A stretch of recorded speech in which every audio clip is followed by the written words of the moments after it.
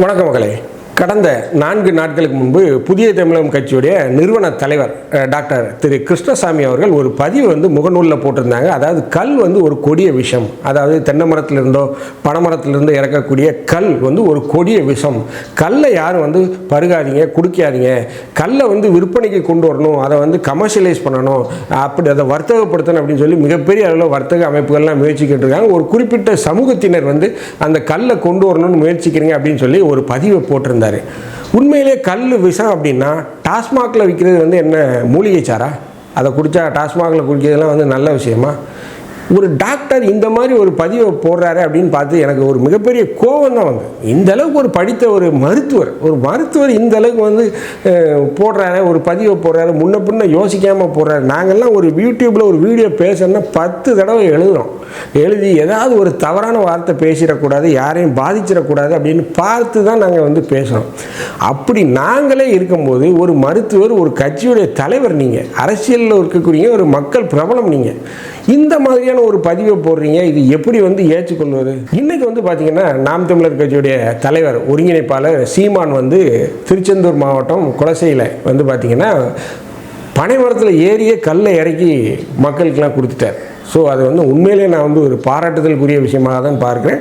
திரு சீமான் அவர்களுக்கு நம்முடைய சேனல் சார்பாகவும் சப்ஸ்கிரைபர்கள் சார்பாகவும் மிகப்பெரிய ஒரு வாழ்த்துக்களை தெரிவிக்கிறேன். ஏன்னா ஒரு மிகப்பெரிய முன்னெடுப்பு. எந்த ஒரு தலைவரும் செய்யாத விஷயத்தை அவரே பனைமரத்தில் ஏறி, அதாவது அவர் பனைமரத்தில் ஸ்ட்ரெயிட்டாக ஏறல, படி வச்சு தான் ஏறி இருக்கார். ஆனால் அந்த பனைமரத்தில் ஏறுறதுக்குலாம் எல்லாருக்கும் அனுபவம் வேணும், எல்லாருக்கும் டக்குன்னு ஏற முடியாது. அவர் அந்த பனைமரத்தில் அப்படி தான் துணிஞ்சு ஏறி கல்லை இறக்கி எல்லாருக்கும் கொடுத்துருக்காரு. இதற்கு மிகப்பெரிய அளவில் எதிர்ப்பு கிளம்பிச்சு. அவர் அதை செய்தால் அவரை கைது பண்ணணும்லாம் காவல்துறை மிகப்பெரிய அளவில் குவிக்கப்பட்டிருந்தது. பட் ஆனால் அதையும் மீறி அவர் இன்றைக்கி பார்த்திங்கன்னா பனையில் ஏறி கல்லை இறக்கி மக்களுக்கு கொடுத்துருக்காரு. மிகப்பெரிய ஒரு பாராட்டுதலுக்கு ஒரு விஷயம். மேலும் அந்த கல் ஏறும்போது அவருக்கு உதவியாக இருந்த அந்த ஊர் பகுதியில் இருக்கக்கூடிய அந்த பனையேறி பிரிவை சேர்ந்த ஒரு பையன் பேசுகிறார், ஆவேசமாக பேசுகிறார். அவர் என்ன பேசுகிறாருன்னா, அப்பாவை பார்த்து மிக கடுமையான கேள்விகள் கேட்கார். நீங்கள்லாம் இந்த நாடார் சமுதாயத்தை சேர்ந்தவர்கள், நீங்கள் இந்த பனையை கல்லை இறக்கணும், கல்லை விற்பனைப்படுத்தணும், சந்தைப்படுத்தணுங்க எண்ணெயே உங்களுக்கு வரலை, நீங்கள்லாம் அதெல்லாம் செய்வீங்கன்னு தானே நாங்கள் உங்களை நம்பி ஓட்டு போட்டோம் அப்படின்னு சொல்லி மிக கடுமையான கேள்விகளை அப்பாவை பார்த்து கிண்டலும் நக்கலுமாக பேசியிருக்கார்.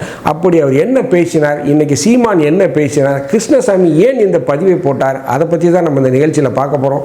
நான் உங்கள் ஜோசப். வாங்க நம்ம இப்போ நிகழ்ச்சிக்குள்ளே போகலாம்.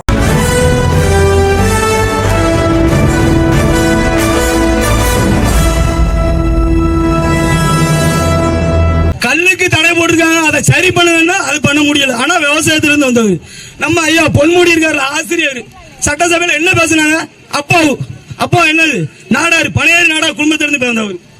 கல்லுக்கு இறக்கி பயணி இறக்குவாங்களோ, கீழே வச்சு அதை கலந்தா கல்லாயிரும். வெக்கமா இல்லையா உங்களுக்குலாம்? நீங்களாம் பனையேறி சமுதாயத்திலிருந்து வந்தேன்னு சொன்னா உங்களுக்கு வெக்கமா இல்லையா? இல்ல நீங்களாம் காமராஜர் சிலைக்கு உங்களுக்கு மாலை போட தகுதி இருக்கா? சொல்லுங்க, தகுதி இருக்கா? டாக்டர் கே கிருஷ்ணசாமி புதிய தமிழகம் கட்சியுடைய நிறுவன தலைவர். அவர் சார்ந்த சமூக மக்களுக்கு அவர் ஒரு முக்கிய தலைவராக தென் மாவட்ட மக்கள் மத்தியில் பார்க்கப்போ, அதுவும் தென்காசி, புளியரை இந்த பகுதியில் அவரை மக்கள் மிகப்பெரிய அளவில் கொண்டாடுறாங்க. அதிலெல்லாம் எந்த மாற்றுக்கருத்தும் இல்லை. நாமளும் ஒரு மதிக்கத்தக்க தலைவர் தான், அதில் எந்த மாற்றுக்கருத்தும் இல்லை. பட் ஆனால் அவர் 4 நாளைக்கு முன்னாடி ஒரு போஸ்ட் போட்டார் ஃபேஸ்புக்கில். அந்த போஸ்ட்டை பார்த்ததுக்கப்புறம் எனக்கு மிகப்பெரிய அவர் மேலே இருக்கக்கூடிய மரியாதை புஷ்ஷுன்னு கீழே வந்துருச்சு. என்னடா ஒரு டாக்டர் இந்த மாதிரியாக ஒரு போஸ்ட்டை போடுவார், கல்லை குடித்தா விஷம், கல் ஒரு மிகப்பெரிய கொடிய விஷம், அதை சாப்பிடாதீங்க அப்படின்னு போட்டிருக்காரு. அப்போ டாஸ்மாகில் விற்கிறதெல்லாம் எல்லாம் மூலிகை சாரா, இல்லை தேன் விற்காங்களா, இல்லை அதுக்கு அங்கே சீமான் சொன்ன மாதிரி டாஸ்மாகில் விற்கிறது என்ன மிளகு ரசமா? ஸோ அதாவது இந்த அரசியல் இருக்கக்கூடிய நபர்கள் மிகப்பெரிய அளவில் முன்னேறணும், கட்சி முன்னேறணும்னு நினைக்கக்கூடிய நபர்கள் நீங்கள் பேசும்போது, அதாவது இந்த சமூக வலைதளங்களில் பதிவுகளை போடும்போது யோசித்து போடணும். இது யாரெல்லாம் பாதிக்கும், இப்படி ஒரு கருத்தை நம்ம போடுறோமே, இதனால் என்ன மாதிரியான எதிர்மறையான விமர்சனங்கள் வருங்கிறதெல்லாம் யோசித்து பேசணும். இதெல்லாம் எடுத்தோம் கவிழ்த்தோம் அப்படிங்கிற பேச்சுன்னு சொல்லுவாங்க இல்லையா, அந்த மாதிரியான ஒரு பார்வையாக தான் நான் பார்க்கேன். ஒரு மெச்சூரிட்டி இல்லாத, ஒரு பண்பாட்ட ஒரு விதம் இல்லாத ஒரு தலைவராகத்தான் நான் திரு கிருஷ்ணசாமி அவர்களை பார்க்க எந்த விதத்துலையுமே அவருக்கு ஒரு மெச்சூரிட்டி இல்லையோ அப்படிங்கிற மாதிரி தான் நான் பார்க்குறேன். மேலும் அவர் வந்து பார்த்திங்கன்னா குறிப்பாக இந்த திரைப்படங்கள் வரும்போதெல்லாம் பிரச்சனை. ஏற்கனவே பார்த்திங்கன்னா தக் லைஃப் அதில் வரும்போது பார்த்திங்கன்னா அந்த தலைப்பும் வைக்கக்கூடாது அப்படின்னு பிரச்சனை பண்ணார். ஏற்கனவே கமலுடைய படம் சண்டியருடைய தலைப்பை வைக்கணும் அப்படின்னு சொன்னார். ஸோ அதுக்கப்புறம் தான் கமல் வந்து அதை விருமாண்டின்னு மாற்றினார். இப்படி தன்னை வந்து ஒரு பிரபலப்படுத்தணும், மக்கள் மத்தியில் போய் சேரணும் அப்படிங்கிறதுக்காக கிருஷ்ணசாமி செய்கிறாரா அப்படிங்கிறது தெரியலை. பட் என்ன எதுவாக இருந்தாலும் கிருஷ்ணசாமியுடைய இந்த முகநூல் பதிவு அப்படிங்கிறது என்னை பொறுத்தவரைக்கும் நான் வன்மையாக கண்டிக்கிறேன். அதாவது கல் வந்து ஒரு கொடிய விஷம் அப்படிங்கிறது எந்த விதத்துலையும் நம்ம ஏற்றுக்கொள்ள மாட்டோம். அதாவது கல்லை வந்து தேசியமயமாக்கணும். அதாவது இந்தியாவில் இருக்கக்கூடிய எல்லா மாநிலங்கள் எடுத்துக்கிட்டிங்கன்னா எல்லா மாநிலங்களிலுமே வந்து கல் வந்து குடிக்கலாம். நம்முடைய அண்டை மாநிலமான பாண்டிச்சேரியில் இருக்குது, கேரளாவில் இருக்குது, எல்லா மாநிலங்களிலுமே கல் இருக்குது. ஆனால் தமிழ்நாட்டில் மட்டும்தான் கல்லுக்கு வந்து அனுமதி கிடையாது. இங்கே வந்து நம்ம முற்போக்கான கருத்துக்கள்லாம் பேசுவோம். எப்படி மிகப்பெரிய அளவில் முற்போக்கான கருத்துக்கள், பெரியார் அப்படி சொல்லியிருக்காரு, பெரியார் இப்படி சொல்லியிருக்காரு அப்படின்லாம் பெரியாருக்கெல்லாம் கொடை பிடிப்போம். ஆனால் கல்லை மட்டும் விற்க விட மாட்டோம். ஏனென்றால் மிகப்பெரிய அளவில் டாஸ்மாகில் விற்கக்கூடிய சரக்குகள் எல்லாமே பார்த்திங்கன்னா இந்த திமுக வட்டாரத்தை சார்ந்த மந்திரிகள் அவர்களுடைய அடிப்படைகள் தான் வந்து உற்பத்தி செய்து விற்கிறாங்க. இது எல்லாமே தெரிஞ்ச விஷயம்தான். பட் இந்த கல்லை வந்து மக்களின் நலன் கொண்டு திராவிட மாடல், நாங்கள் வந்து ஒரு முன்னோடி மாடல், தமிழ்நாடு தான் இந்தியாவிற்கே லீடர் அப்படின்னு மாறுதட்டி கொள்ளக்கூடிய முதலமைச்சர் வந்து இந்த விஷயத்தையும் வந்து கொண்டு வரணும். கல் விற்பனைக்கு வந்துச்சுன்னா டாஸ்மாகோட விற்பனை சரியும். அது வந்து அவங்களுக்கு ஒரு விதத்தில் பயம். ஏற்கனவே வந்து பார்த்திங்கன்னா தமிழ்நாட்டு அரசில் வருமானம் இல்லை. இப்போ டாஸ்மாகையும் விட்டுட்டோம்னா என்னடா செய்கிறது, எப்படி அரசாங்கத்தை நடத்துகிறது? ஒரு பக்கம் மோடி கூட பிரச்சனை, மோடி 10 பைசா தரமாட்டார் இவங்களுக்கு. அப்படி இருக்க சூழ்நிலையில் இப்போ டாஸ்மாகையும் நம்ம விட்டுட்டோம் அப்படின்னா கல்லுக்கு கடைக்கெல்லாம் போயிடுவாங்க, நமக்கு டாஸ்மாக் விற்காத எப்படி போய் நம்ம வருமானத்தை கொண்டு வர ஒரு பயம் அரசுக்கு இருக்குது. பட் அரசு அதை விட்டு அரசு மாற்று வழிகளில் வருமானத்தை கொண்டு வரதுக்கு முயற்சி செய்யணும். அதாவது டாஸ்மாகை மட்டுமே நம்பிக்கிட்டு வண்டியை ஓட்ட முடியாது. அதாவது பிஸ்னஸில் இருக்கவங்க ஒரே பிஸ்னஸை நம்பி வியாபாரம் பண்ண மாட்டாங்க, 2-3 பிஸ்னஸ் வச்சுருப்பாங்க. அதே போலத்தான் அரசு வந்து மற்ற வருமானத்தை ஈட்டக்கூடிய வகைகளை வந்து யோசிக்கணும். மிகப்பெரிய அளவில் பொருளாதார நிபுணர்களெல்லாம் அந்த ஆட்சி அமைக்க புதுசில் கொண்டு வந்தாங்க. மிகப்பெரிய பொருளாதார நிபுணர்கள்லாம் கொண்டு வந்தாங்க. அவங்கெல்லாம் திட்ட அறிக்கைகள்லாம் சொன்னாங்க. அதன் அடிப்படையில் நீங்கள் இந்த நிலவில் 4 வருஷம் ஆகி போச்சு, இப்போ நீங்கள் இந்த வருமானத்தை அதிகரிச்சிருக்கலாமே, செய்யலையே ஒன்றும். ஸோ இதெல்லாம் பார்த்திங்கன்னா இந்த அரசு வந்து பார்த்திங்கன்னா தன்னை விளம்பரப்படுத்துறதுல தான் வந்து மிகப்பெரிய அளவில் ஒரு கவனமாக இருக்காங்க அப்படின்னு தான். மேலும் வந்து பார்த்திங்கன்னா இன்றைக்கி 15ஆம் தேதி நாம் தமிழர் கட்சியுடைய ஒருங்கிணைப்பாளர் திருச்செந்தூரில், அதாவது தூத்துக்குடி மாவட்டத்தில் அவர் வந்து பனைமரம் ஏறி கல்லை இறக்கி கொடுத்துருக்கார்.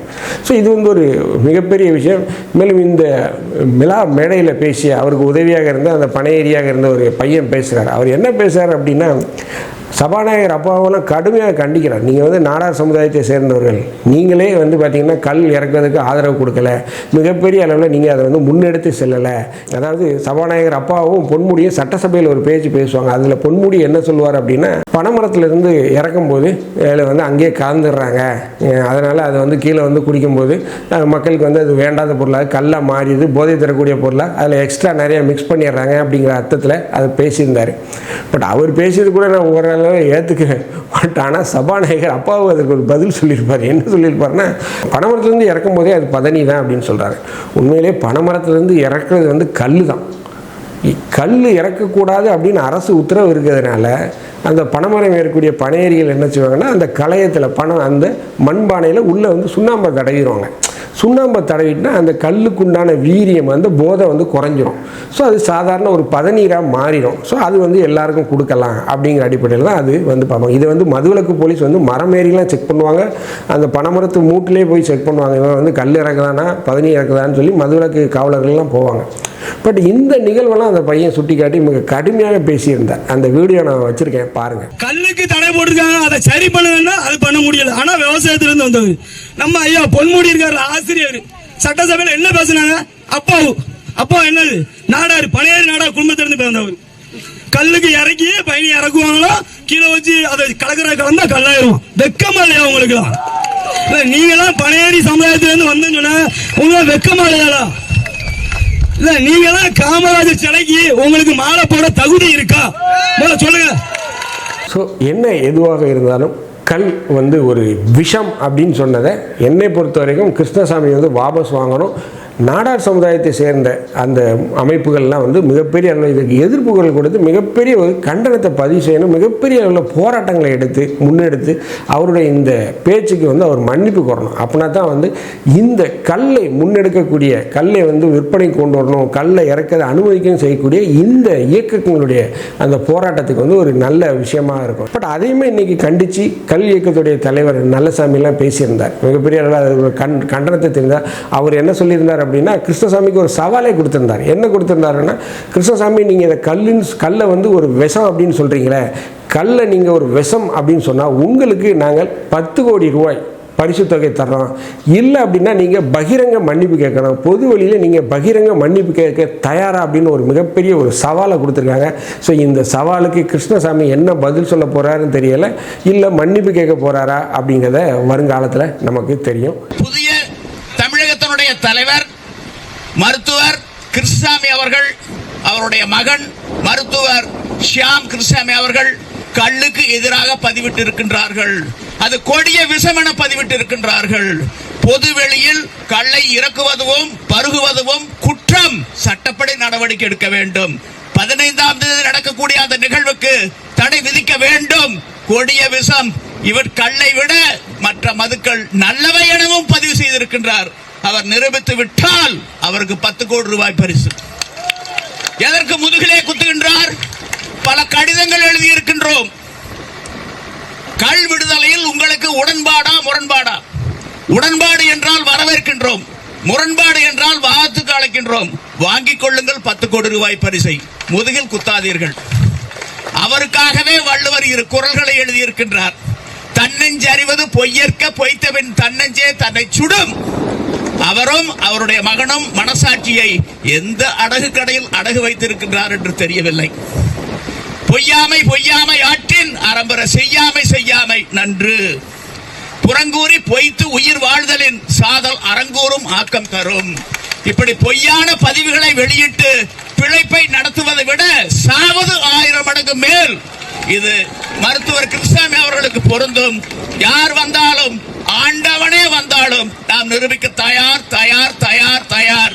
ஆக இது வரும் 2026 தேர்தலில் இந்த கல் தடை தமிழ்நாட்டில் ஒரு ஆட்சி மாற்றத்தை ஏற்படுத்தும். இந்த வீடியோ உங்களுக்கு பிடிச்சிருந்துச்சுன்னா தயவுசெய்து லைக் பண்ணுங்கள், ஷேர் பண்ணுங்கள், சப்ஸ்கிரைப் பண்ணுங்கள். மறக்காமல் உங்கள் கருத்துக்களை கமெண்ட் செக்ஷனில் சொல்லுங்கள். நன்றி, வணக்கம்.